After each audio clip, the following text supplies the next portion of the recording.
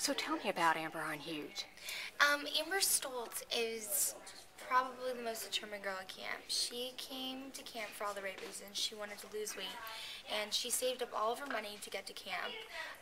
She, at home, has a very dysfunctional family, a very emotionally wrecked mother, and she kind of has to take care of her. And at school, she doesn't really have any friends. She's just thinks of herself as the curvy girl who could never really be liked by any boy or liked by anybody for some odd reason. So she saved up all her money to go to camp because she thinks that if she becomes really skinny, that will be the ticket to happiness. So she gets to camp and kind of gets thrown off by everything. Her eyes are kind of reopened to this new life because she ends up, all the popular girls kind of gravitates towards her and they take her underneath their wing, and then all the boys start to like her, and this is a totally different atmosphere for her. She doesn't know what to do. I mean, it's completely different from her home life. So, and she is the skinniest girl at camp, but she honestly feels like she's the heaviest. She thinks she's the biggest girl there. And so what ends up happening is it's more, her biggest conflict is trying to realize if she should stay true to herself or follow what the popular girls are doing. So, but I think that's what every teenager kind of goes through growing up. How much of the character is like you? I think that finding her own has definitely been me when I was younger, but I think that's what every teenager goes through, boy or girl. I think it's so hard growing up and not knowing, sorry, it's so hard growing up and not knowing if you should stay true to yourself or not. And I think I definitely went through that part of my life when I was younger, but I had the privilege of becoming a plus-size model, and that really gave me confidence in myself and gave me confidence in the way that made me realize that I need to stay true to who I am, but more importantly, it's about the person you are on the inside and not on the outside. So I think that's what the similarity with me and Amber is, but I think that I've grown. I think Amber's still stuck in that point where she doesn't know where to go, like right or left in life, and I think that I've definitely gotten to the point in my life where I'm completely happy with who I am as a person, and staying true to myself no matter what anyone thinks about me or says about me. What do you think the messaging of Huge is about? The message from Huge is definitely to love yourself and to be comfortable in your own skin. And I think that that's just such an amazing message because there's no show out there right now that says that or represents that. And it's really about staying true to yourself, but it's a show full of laughter, but so many heartwarming situations that teenagers can relate to. I mean, it deals with sexual orientation, eating disorders, panic attacks, and I don't think that there's a show out there that teenagers can really relate to that deals with all those things and helps them figure out the ways to get through it the right way to get through it. Talking about, because it's a panic attack and also bulimia, there's one bunk that seems to have those people. Does that bunk curse? Will it get someone that actually gets to stay in that bunk? What? Because there's a one bunk that it seems like that the two people have been dismissed from the camp. Right. Have that bunk has been taken. That bunk just can't stay occupied. Do you think we'll get someone to actually stay in that bunk?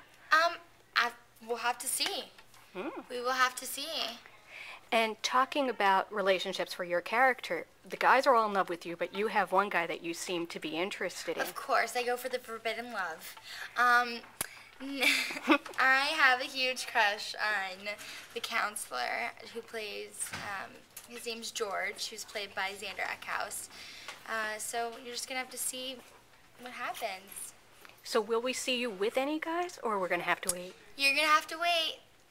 You're going to have to stay tuned. Did you ever have a crush on a counselor when you were in camp?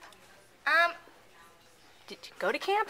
I went to camp for 7 years. I definitely might have had a crush, but I never would go beyond the crossing line. So I think who doesn't have a crush on an older boy who's cute? I know. I mean, that happens. Every girl. But I definitely didn't cross that border. One thing, your character seems to be the little tattletale on the show. Like, you seem to be telling on people. Is that like how you are? Were you the type who told on people, or no? No, not at all. I don't think my character's really the big tattletale. I think that she's trying to find her way and doesn't know if she should stay true to herself or follow the other girl's path. And I think that she kind of gets in situations where she's kind of caught in the middle, and that's what happens. And I don't think she's really a tattletailer. I was never a tattletailer. I always kept my friends' secrets, and I've been a very loyal friend, and I think, yeah, definitely. In the third episode, we see you writing to your mom and actually talking to her on the phone. Do we see your mom come on the show? No, we don't. You never hear my mom on the other line, but you do hear me speaking to somebody. If you could cast someone to be your mom, who would it be? Ooh.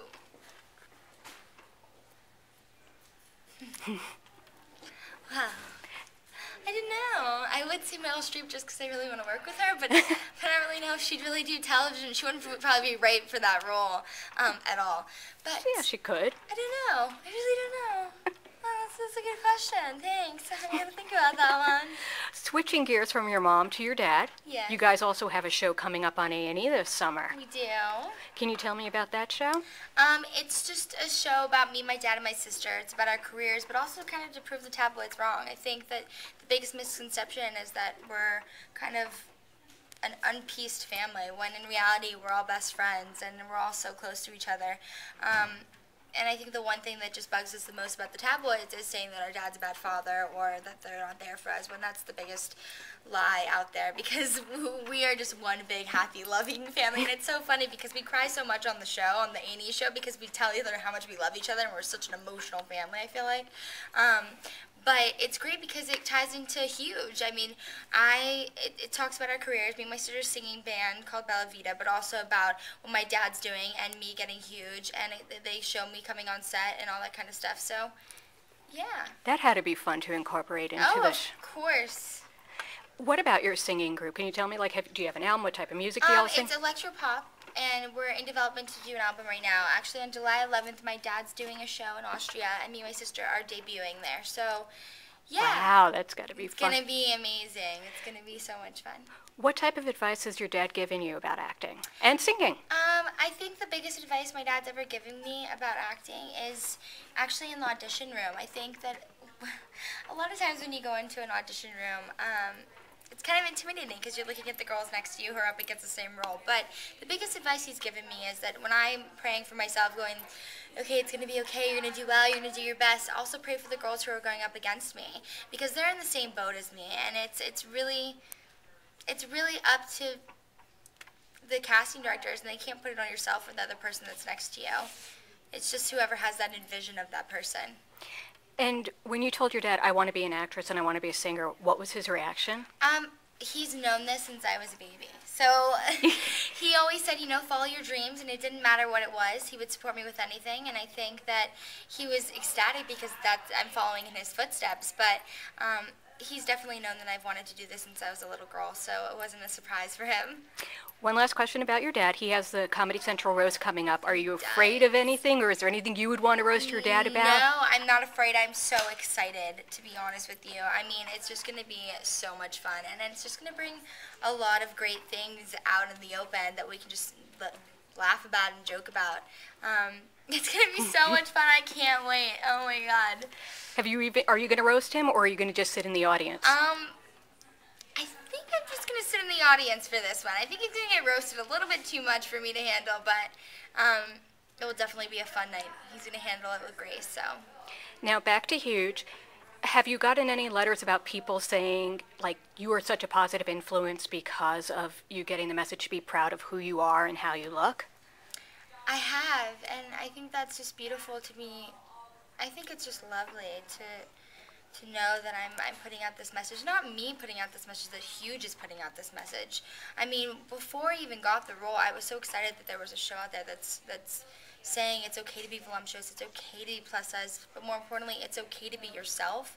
And that's what people should be. That's how teenagers should be. And I think that's the biggest misconception for teenagers growing up, is staying true to themselves. So it's so great to be a part of a show like this. And it's good to see you be part of this show. So yeah, thank you thank very you so much. much.